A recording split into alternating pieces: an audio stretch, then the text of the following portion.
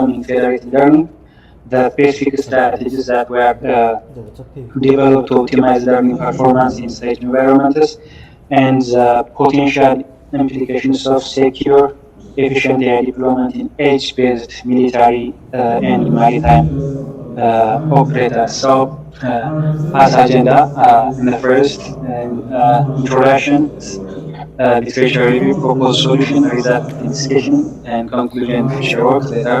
Display my balance. So when we go for federated learning, it is a distributed machine learning approach that enables training a large corpus of decentralized data residing on devices like mobile phone or hospital while preserving privacy. So the core concepts are privacy first, collaborative intelligence, decentralized, and the key characteristics is this model-centric aggregations and compliance friendly that makes federated learning the choice for the current state of the artists in the world, and it fulfills the GDPR, the European Union data general data protection regulations, the concern by the European Union. So we prefer federated learning rather than the traditional or conventional approaches. So when we see the traditional machine learning and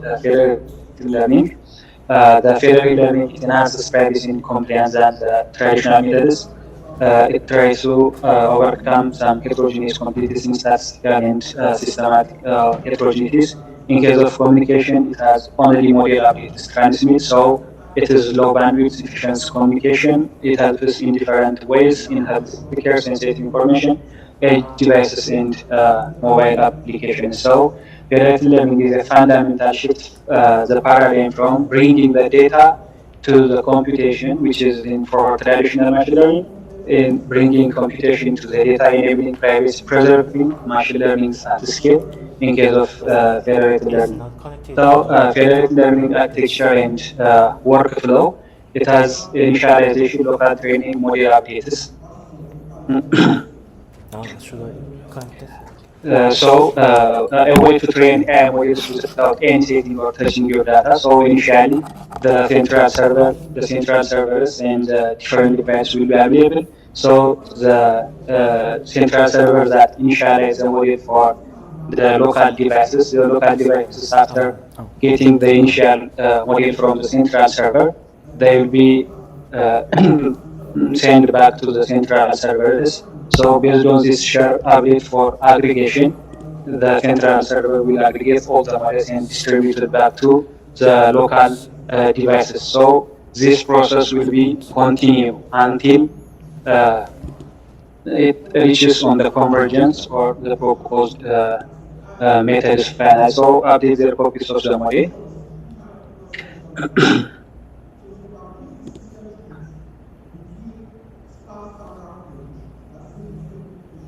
So the working principle and architecture of federated learning is works in this way. So next we will see about some types of federated learning that can be classified in different ways. For instance, in strategies to perform or aggregating methods, there is centralized aggregation-based federated learning, distributed aggregation-based federated learning, hierarchical aggregation federated learning based, and the other one is based on data distribution. As you see here, there is a horizontal federated learning and vertical federated learning. In horizontal, there is some features in different samples, but in vertical federated learning, there will be different features and samples according to the system architecture based on the client setting. It can be classified into cross-device federated learning and cross-silo federating. So there are different key algorithms currently as a state of artists and the baselines.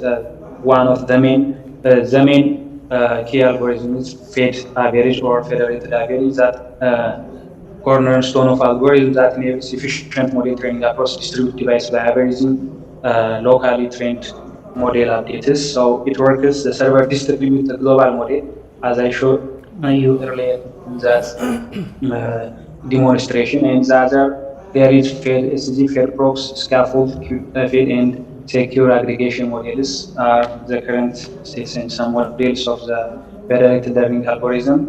In general, federated learning has a lot of applications that can be applied in different healthcare, mobile, keyboards, finance, IoT, and smart cities.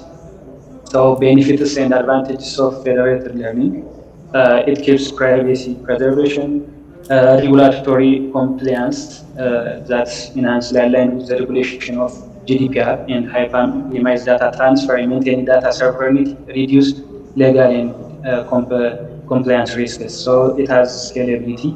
Additionally, it's reduce in case of some context, reduce latencies, cross-organizational collaboration, and so on. As some or few benefits of federated learning. So there is the challenges and limitation in federated learning. So these challenges come from the heterogeneity of the device or statistical with data distribution. So this the data and statistical challenges of data heterogeneity when we see it is variation in data quality, quantity, and distribution across clients lead to bias models and uneven contribution. Non-ID data, when local data sets are not identical, distributed model convergence, a slow, dramatic, and final accuracy will suffer. So technical and resource limitation, there is some communication overhead, system heterogeneity, security and privacy concern, model poisoning attack, inference attacks, convergence issues are some challenges of the federated learning. So our motivation and the problem statement will be how can we enable collaborative training without sharing raw data. So that is the one use of federated learning. So when we use federated learning as a purpose of enabling collaborative training without sharing raw data, we face some challenges that is statistical heterogeneity is non-ID data. So that causes the model bias, slow convergence, and poor generalization. So we need smart client selection and plus target retraining we proposed based on that.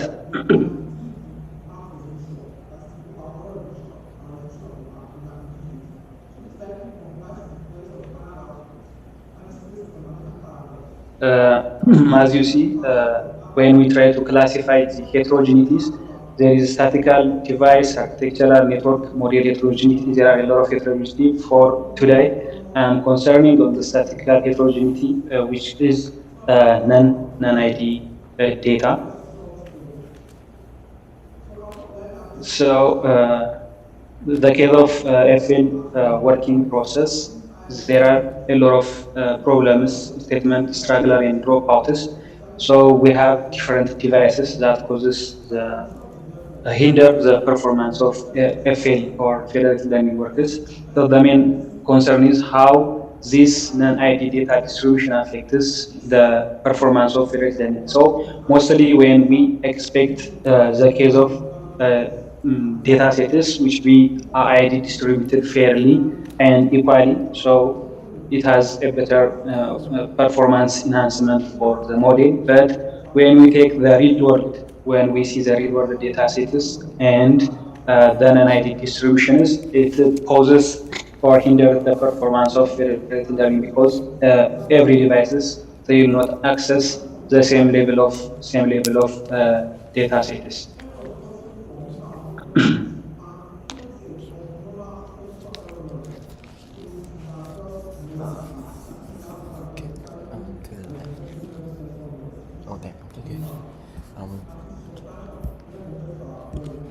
Okay, thank So, you. Okay, just go. Based on this, we see different literatures how to optimize the techniques. There is model average, pedagogy, asynchronous updates that allow client update to global model, personalization, and gradient compressions are some of the optimization techniques. And the other, we look impacts of non-ID data on FL performance. It shows model biases, convergence challenges, and generalization difficulties. So the other one is client selection and retraining approach. So our main purpose is in order to selecting the best clients that can contribute that can contribute more to enhance the global model. So client selection method, there is important sampling, diversity sampling, and performance-based sampling. In case of retraining approach, there is fine-tuning retraining the global model on subset of clients for specific data distribution, and some uses continual learning prevent catastrophic forgetting and improve model adaptability. So in our case, we propose cosine similarity driven client selection. So in our method, we use client similarity to enhance effectiveness by selecting clients whose data distribution align closely with the aggregated dataset or the global model. So we first weight representation process the client data extract meaningful weight representation. Then we gonna to work similar assessments by calculating the cosine similarity between the locals and the reference set, which means the global data set. So after calculating the results, then we ranking the clients based on their higher scores. So if the higher score comes first and we try to select some devices, we take the top selected devices. So the prioritized clients will be highest similarity for training ground. So after training ground, just like this one, we try to calculate the cosine similarity between the global and local models. So after that, we take the top one. For instance, if we have 20 devices available, but we need five devices. So based on their similarity, the first five top devices will be selected.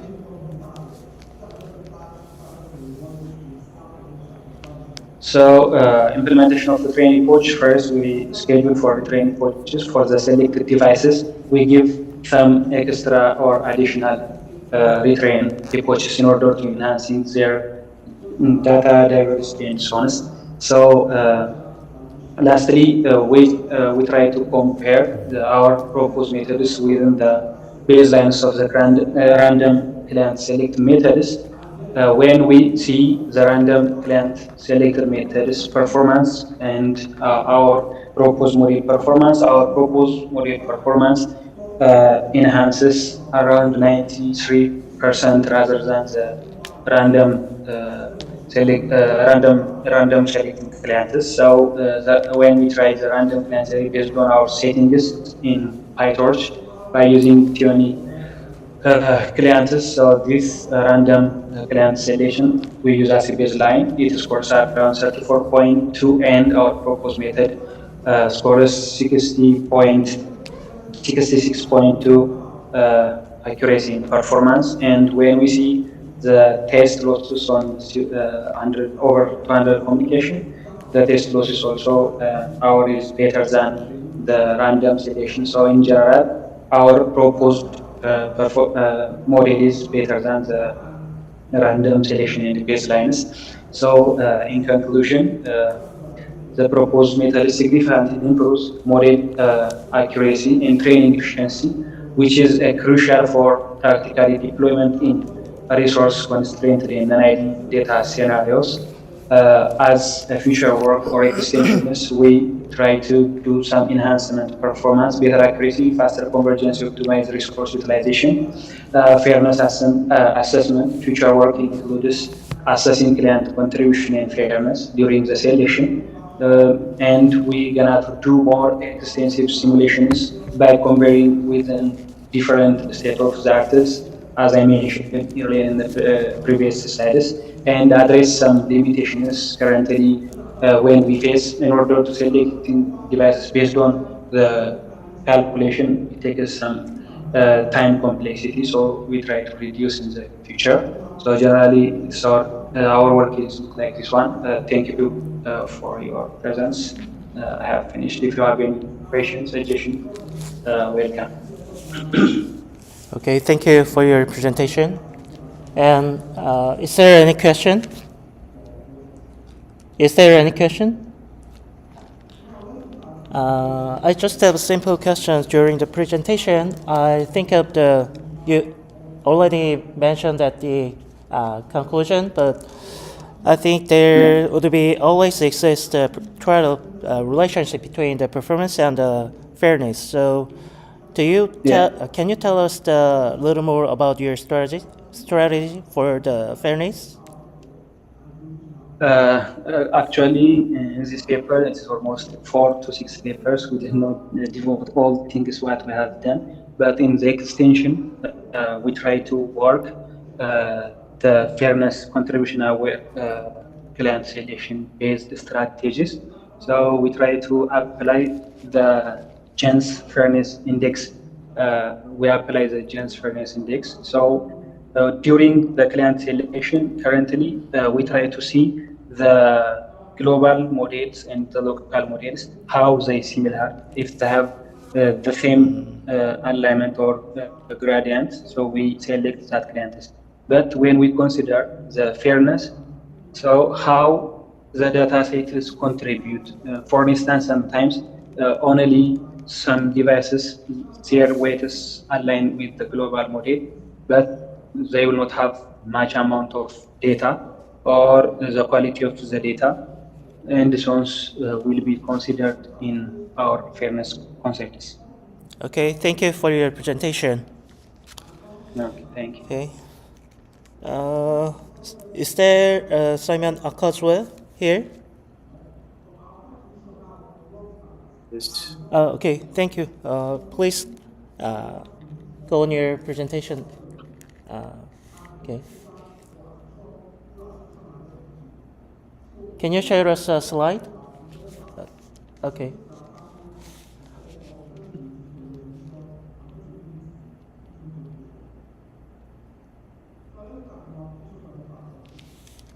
Okay, you can start the presentation now. Okay, thank you. Good morning, the chair and everyone on the platform. My name is Dr. Simeon, and my presentation is on hybrid multi-objective UAV deployment for energy efficient routing of military farming, that's the flying adopt network through monarch butterfly optimization. I'm doing this presentation on behalf of myself and my colleague, Johnson Kim. I'm from Kumo National Institute of Technology in South Korea. These are the content of my presentation. And for the introduction, first, FANETs are vital for military operations, and UAV can be used as a mobile relays. However, the challenge is energy efficiency and routing reliability. So the goal of this work is to minimize energy consumption while extending the network lifespan of UAVs. So, like I said, the approach we adopted is the Monarch butterfly optimization, which in this presentation is known as MBO. And our major contribution is an optimized UAV placement, energy saving. And we validated our approach using the leash protocol. And the graph on the right-hand side here summarizes our finding and the result of our approach in terms of network lifespan, energy efficiency, latency, reliability, and throughput. So the major problem is that UAV faces limited energy resource, inefficient routing, which normally reduces operation time. Then there is need for optimal UAV placement, and there is need for balance between energy consumption and mission performance. So our research contribution, like I said, is energy efficient routing using leach, and we deployed the MBO algorithm for UAV path planning. Then we came up with a design that is tailored for military scenarios, and then we carried out simulations, proving the superiority of our approach. Now, we conducted related works, there's a literature review to find out what others have done. As summarized in the table here, we can see that there are other approaches to doing this, which other people have done.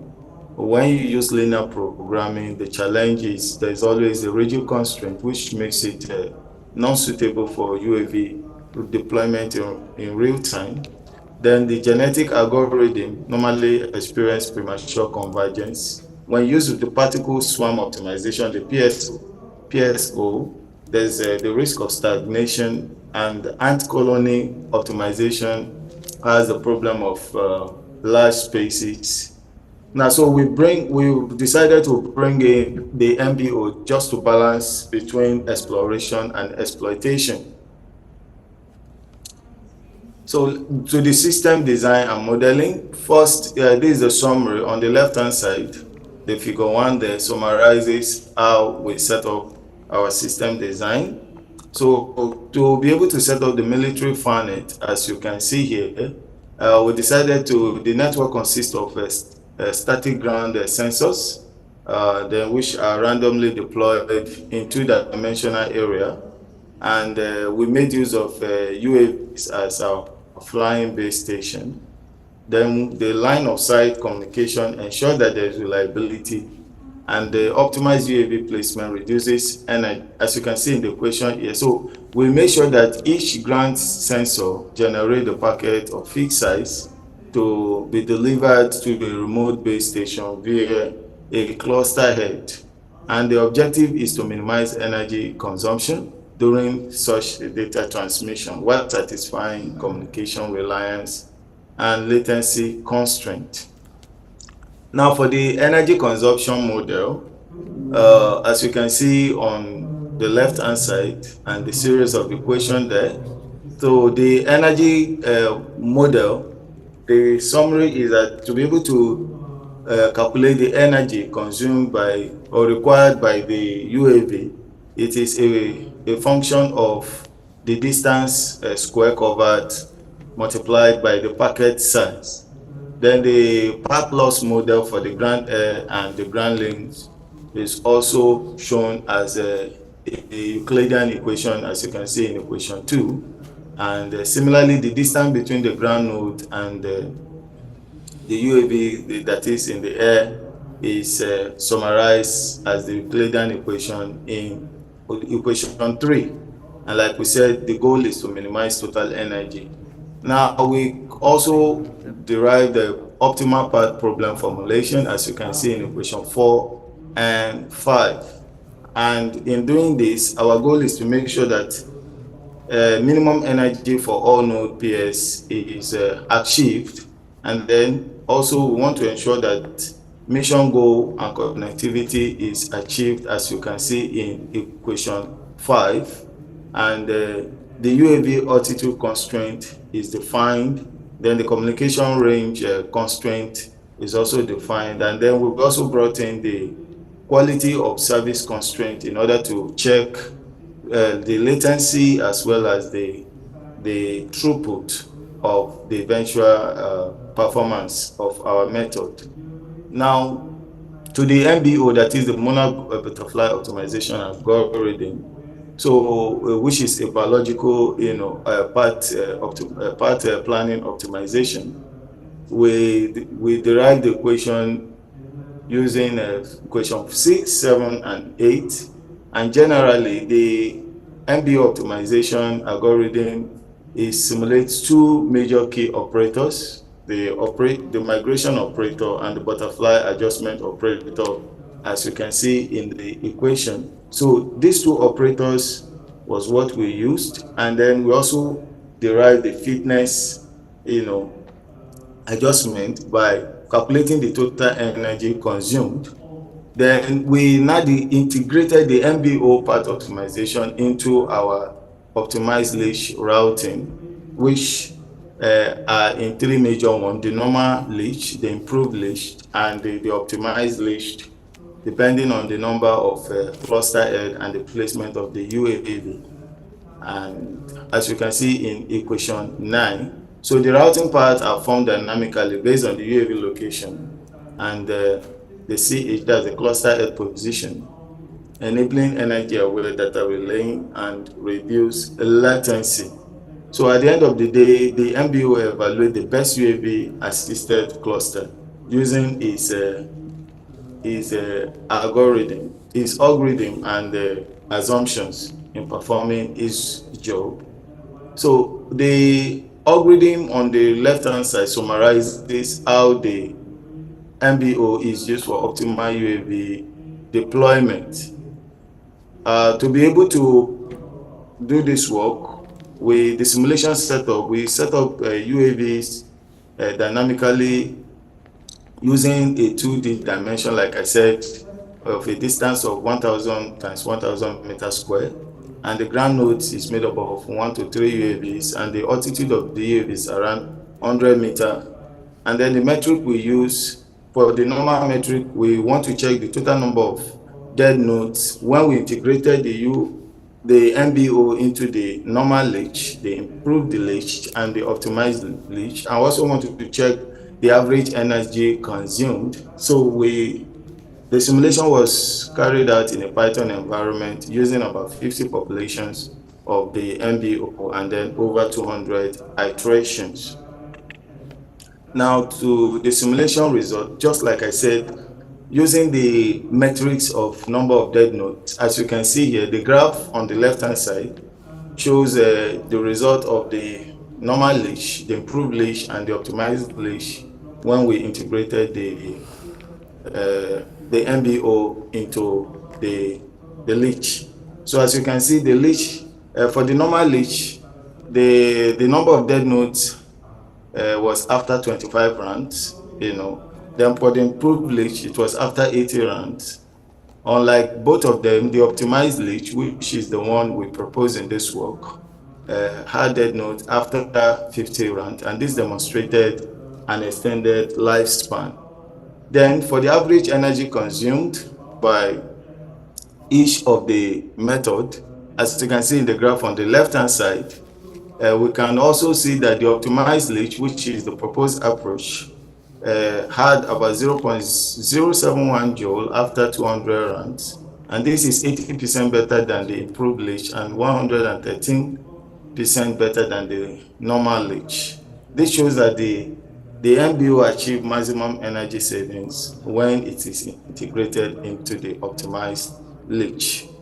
So to also check we compared our work with other baseline strategies, as you can see in table 5, showing the performance of each of these the other baseline strategies, like the random deployment, the grid deployment, and the k-nearest neighbor deployment. So across 1, 2, 3 UAV, and from here we can see that the MBO had the best performance when it was 1 UAV, 2 UAV, and 3 UAV.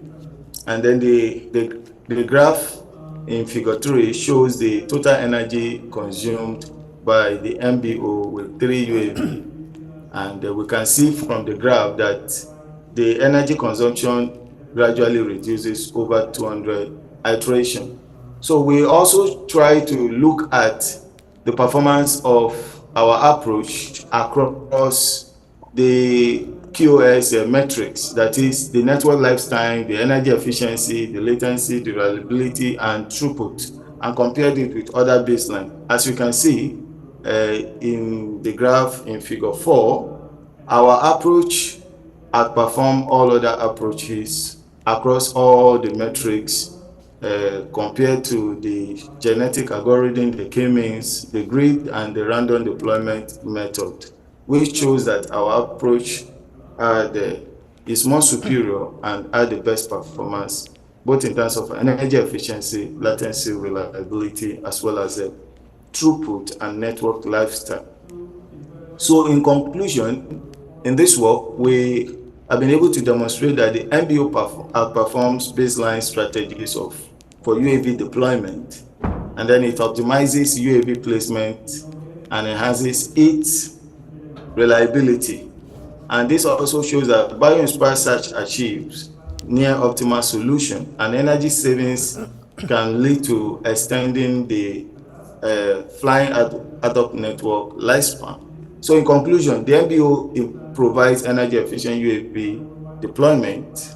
It achieves an average energy which is better than the other ones, and then it performs the normal leash variant and the baselines. So in the future, we intend to explore advanced bioinspired algorithm in order to see if we can minimize more energy loss and achieve better latency and reliability in order to extend what we have already done. So thank you so much. And that's my presentation. Okay, thank you for your presentation. Any questions from the audience?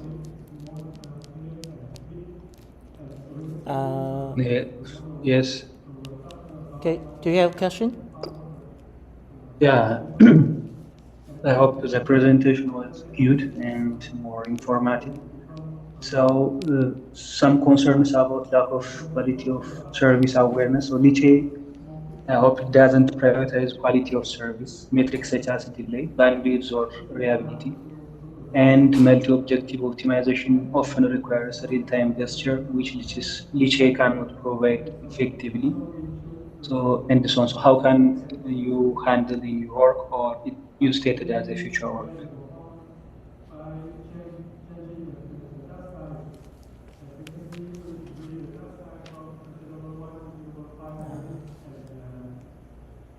Sorry, please, can you recap? I didn't get the question very well. Okay, I hope you use some Liche concepts and MBO in UV. So Liche doesn't prioritize quality of service metrics such as delay, bandwidth, or reliability. So how you handle in your work, or you stated for future work, and impact of UAV in MBO is multi-objective optimization often requires real-time guarantees, which Liche can't provide effectively. And you considered the UV in a flight mode or in static mode. And the fourth one, I hope Liche works for small sized. So if the swarm UAV or drone or something, can we apply your method? Okay, thank you for the concerns you raised. Some of this is what we intend to do in the future work. At the moment, we decided to use the leash first to be able to test what we have done and to be able to see how the MBO performs on the leash. We understand that the leash may not be able to cover much, but in the nearest future, we want to use other form of protocol on the approach that we have adopted. So it's part of thing we intend to do in the future work. Okay, thank you. Okay, I have one simple question. In your papers, you present an energy aware strategy for UAV deployment in military networks. So you present your method achieves 45 energy savings over other traditional schemes. So I want to know about the simulation condition or simulation situation. I think that there are many parameters for that. So can you explain about that?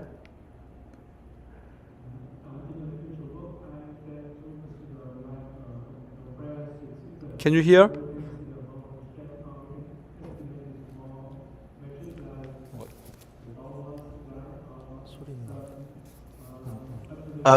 Sorry, I was muted. Okay. So if I get you clearly, you are asking about the parameters for the simulation. Right. So according to simulation parameters, the performance will be changed, largely. Yeah. Okay. Yeah, please explain about the parameter, condition or situation. Yeah. Okay. Like I said, to be able to conduct the experiment, we simulated a military edge network in a 1,000 by 1,000 meter area, with 10 randomly placed static ground nodes. And like I said, the number of UAV we used is between 1 to 3. And each of them were flying. They are not static. They were flying at a constant altitude of 100 meters. And for the communication ranges, we define it as 300 meters from ground node and 400 meters for the UAV nodes. And then to be able to model the energy consumption, we use a constant value of 0.01, and the data packet size we use was normalized to 1 unit. So these are the parameters we used, for the simulation. So we then apply the MBO algorithm with a population size of 50 and over 200 iterations. So these are the parameters we used for the simulation. I don't know if that answers your question. Okay, yeah, there are many parameter conditions, so I think that it will be needed to have a more experimentation, more research based on your research. Thank you. Yes, in the nearest future, we will bring in all those ones. Thank you. Well, actually, I have one more simple question. So, in the algorithm description around the line 8, there's the terms related to the randomness of differences between two axes, right? So, I was just wondering about is there a possibility for performance improvement if we modify the terms using I'm not sure about but momentum or the fluctuations or some kind of other environmental related parameters. So is there, it is possible for if we add more some kinds of that features in your algorithm, is it possible for improve the performance? Yes, definitely it will. In this work, we just tested the preliminary work we've done. We're still modifying the algorithm and the approach to be able to cover extensively other areas that we have to make it, at the end of the day, suitable to the real-time deployment in the military scenario. So for now, this is just a preliminary result. We are still working on the strategy to be able to fit into the overall real-time scenario of the military environment. Okay, thank you. Okay, thank you. Okay, now next presentation is about the polarization selective multiplexing metasurface using OAM interleaving. So, Yeah, okay, Colonel, I will present. okay.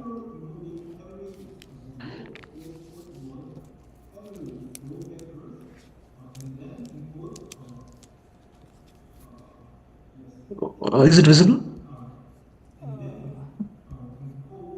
Okay, we can see your slides. Yeah. So, good morning, one and all present here. I'm Karthik from a PhD student from Pyongyang National University, South Korea. So, today I'm going to present my work, polarization selective multiplexing metasurface using orbital angular momentum interleaving. So these are my contents, and so in introduction, I'll go through the evolution of next generation wireless network is driven by the demand for high data throughput, greater reliability, increased system capacity, improved spectral efficiency. So my key focus was to increase high capacity and secure optical links. So our research targets metasurface enabled spatial multiplexing using orbital angular momentum and polarization states. So we focus on designing passive complex amplitude metasurface encoding multiple holographic images across all modes and polarization channels. So to demonstrate a high capacity and scalable and secure optical links. So metasurface is a thin uh, artificial surface composed of a 2D array substrate structures capable of manipulating electromagnetic waves, including light. So it's made up of subwavelength nanostructure. Okay, 1 minute. 1 second.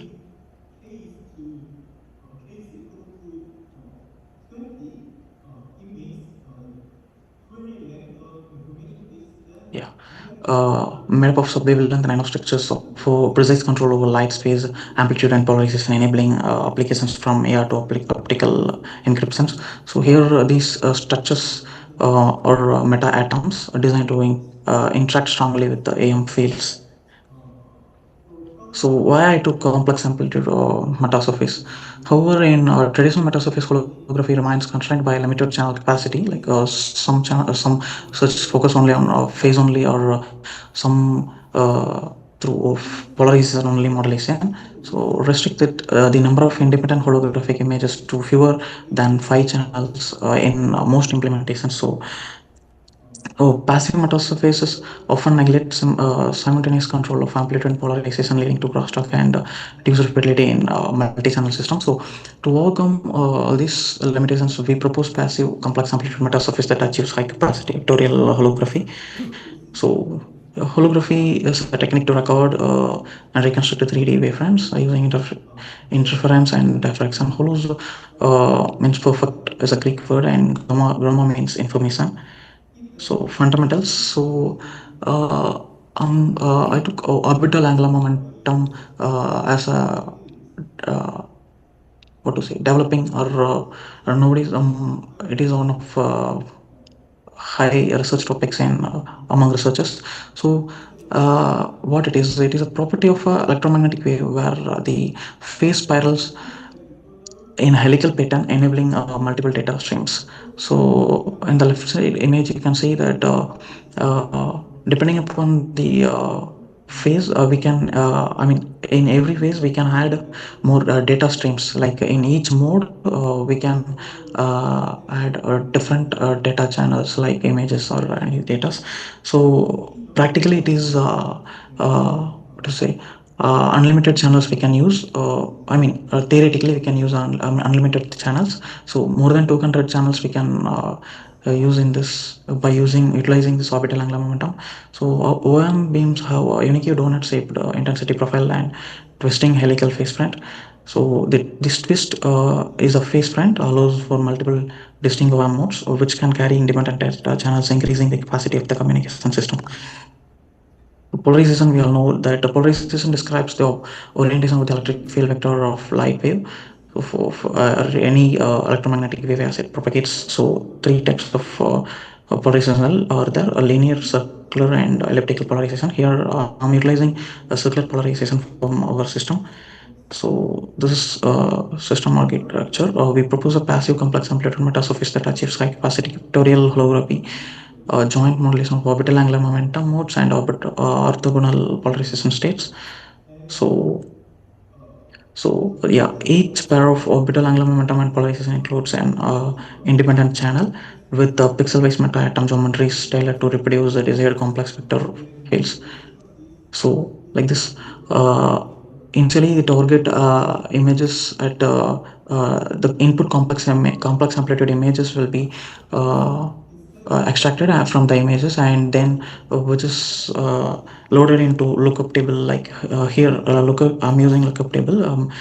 Physically we can say as meta surface. So finally reconstructed images will be like this. So working principle. So first, each image is assigned to a unique pair of orbital angular momentum and polarization channels, and encoded in a complex field. So these are superimposed into EX and EY target fields depending upon the polarization channels. Yeah, lookup table maps each pixel's desired field to a meta atom geometry, AB, which modulates both amplitude and phase. So using this lookup table, we match the each pixel desired field to a meta geometry. So the final output is reconstructed via field propagation as well. Okay, target complex field per pixel. So this is target complex field at local complex field.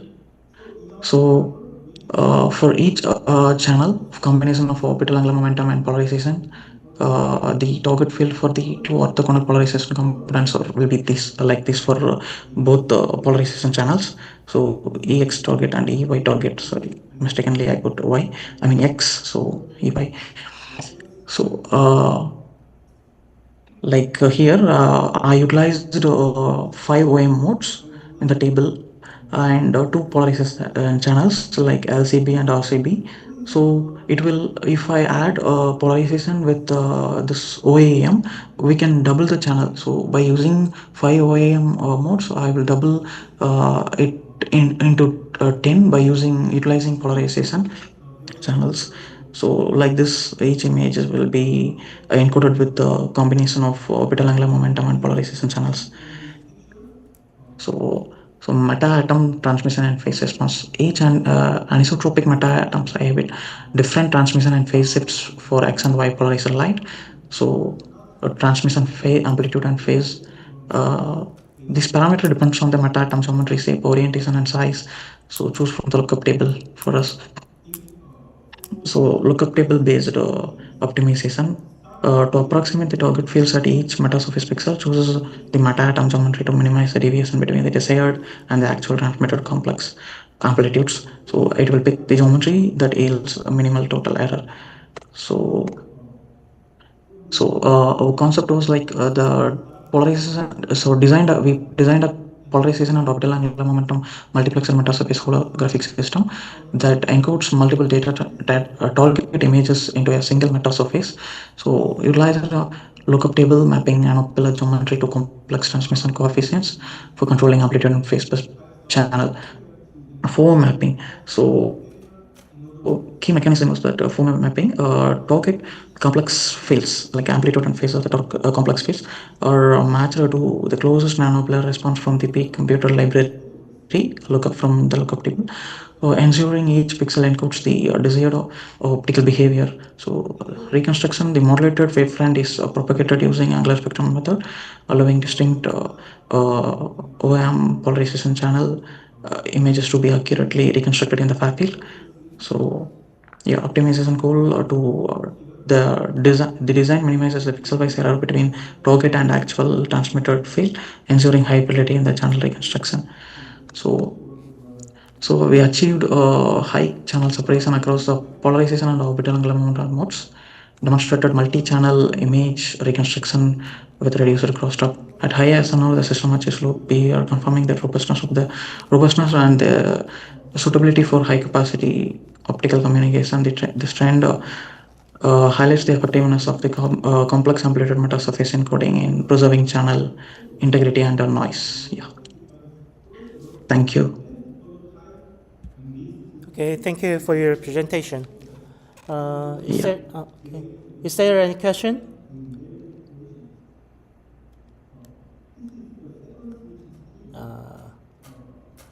Okay, thank you for your presentation. Thank you. Thank you. So now we have a final presenter, Sochi Hei from Kiosk. Yes. Okay, are you ready? Yeah, Okay. I'm ready. Okay.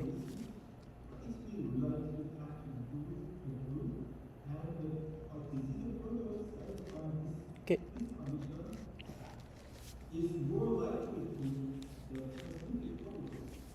Can everyone see my screen?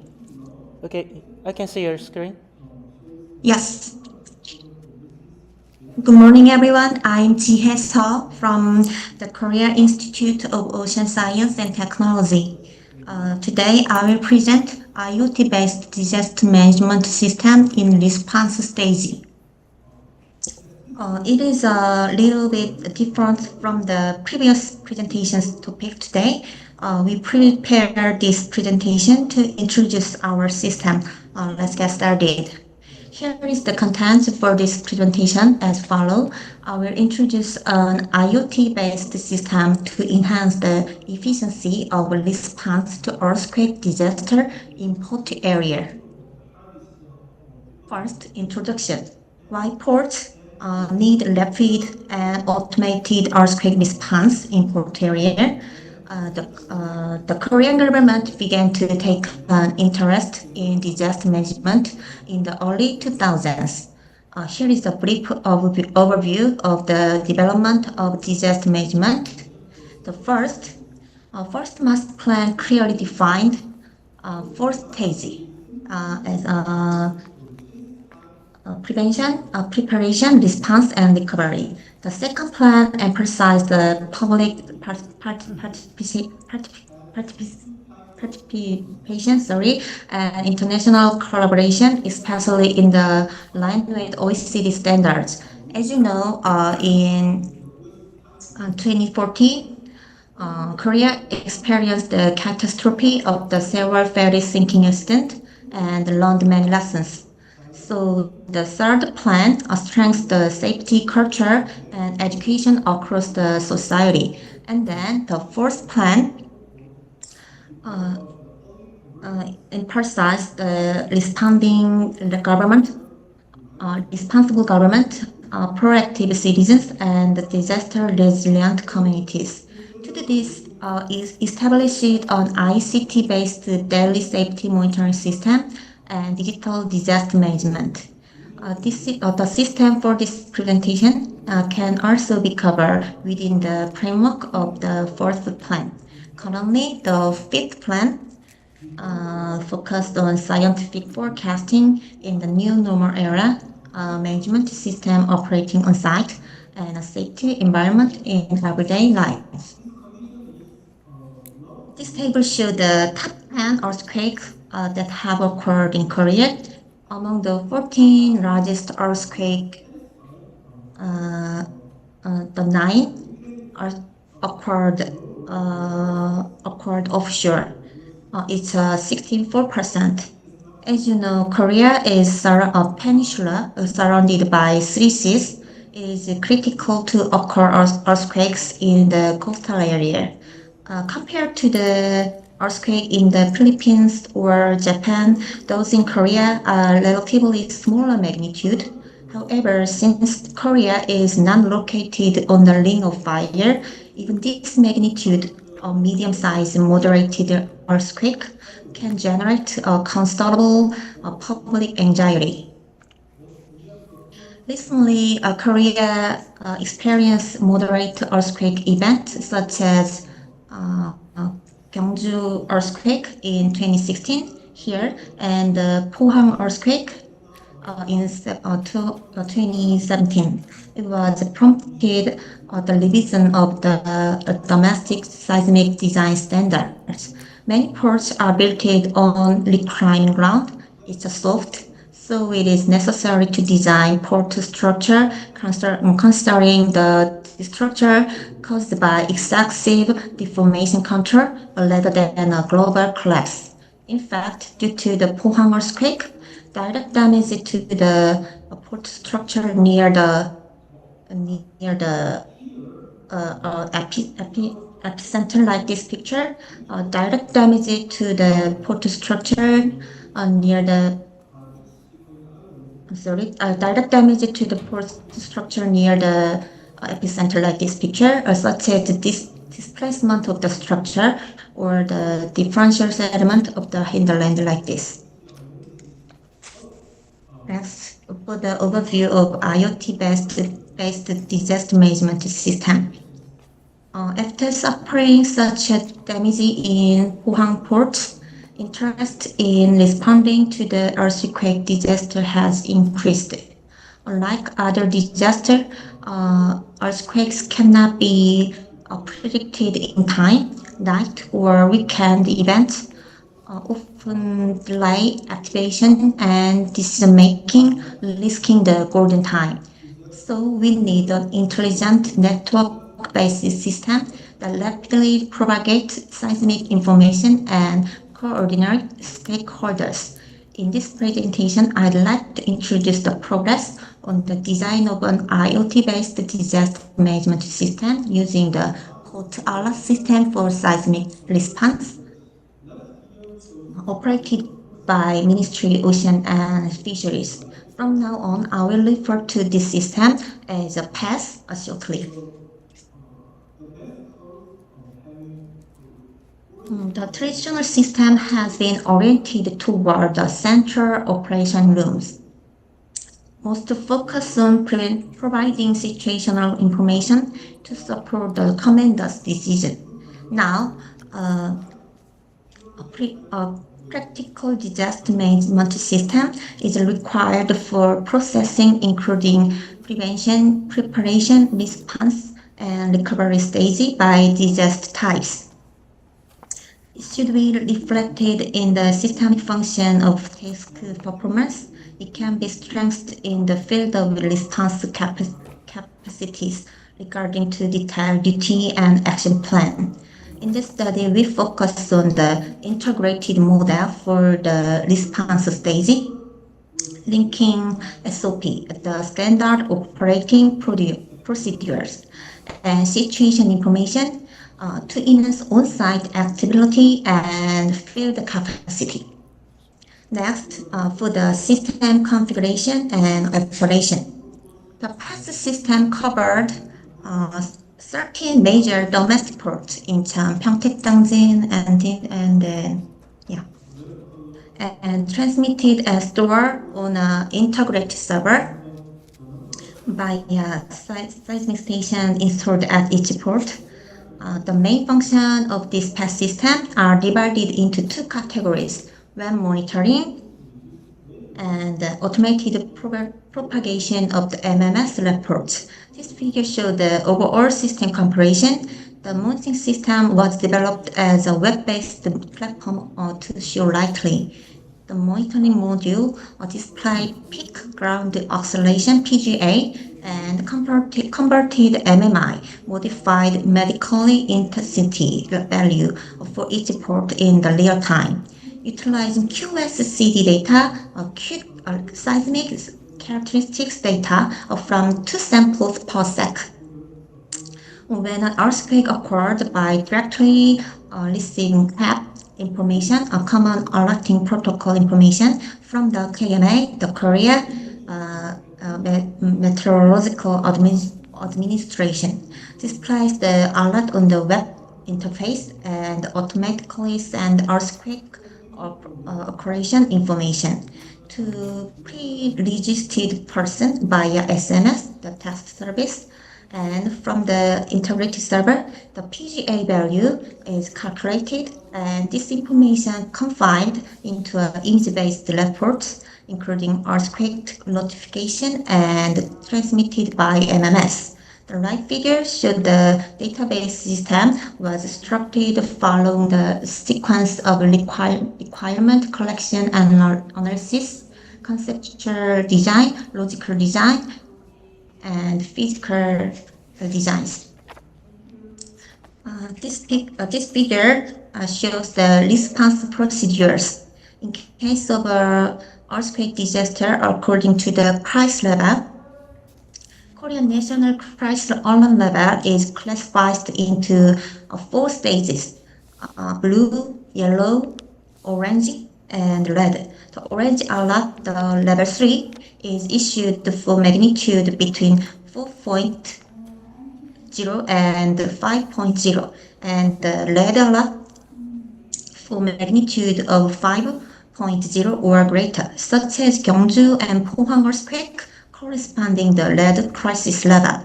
As you can see, in all crisis level, the situation reset, reporting, and propagation are essential response procedure. Here's the PAS system acted as a trigger. The left image shows a standard report sample containing seismic response information of faults. PJ, a key parameter in engineering, earthquake engineering, represented a maximum ground oscillation recorded at a measurement station during the seismic shaking. Key personal action plan in the working level manner, digitized and displayed on a single interface, PC or mobile. Also, the PAS system has been improved to enhance personnel to participate and respond quickly when the crisis alert level is orange or red. Next, the system algorithm. First, the load data. The mini-seed file streams from the local port station are stored on the integrated server. The mini-seed format, standard for the exchange of the earthquake data, was encoded and converted to ASCII format. And the initial calibration, such as the instrument response physical factor was performed here. And then the time synchronization is performed to secure a time window of 13 seconds before the earthquake and 220 seconds after earthquake. Finally, the Fiji value is calculated and reported. Currently, the algorithm for dynamic characteristics analysis is not automatically. Fiji A is generally solved into horizontal and vertical component, as earthquake motion typically occurred in three directions like this. Here, the maximum horizontal component is selected as the representative value in the monitoring system.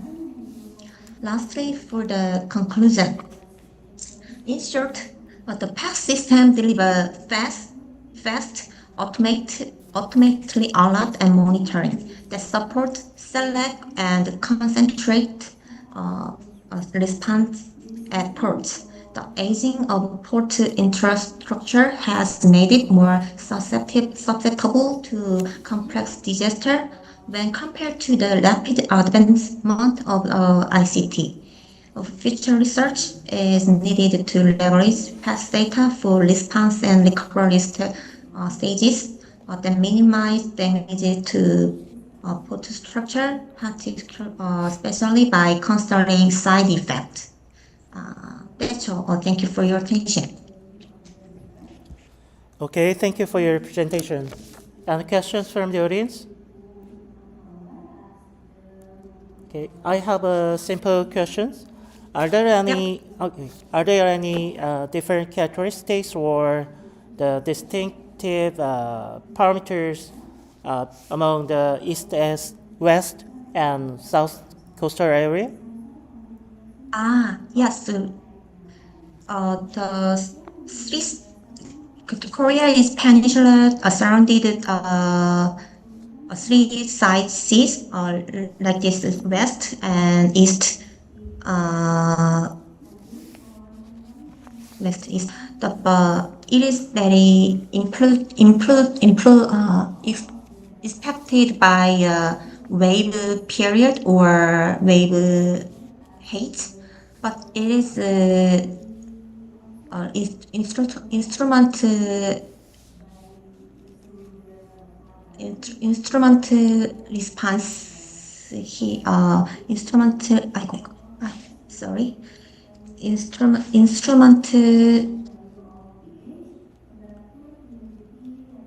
response physical factor here. There is outlier, remove the outliers. So it is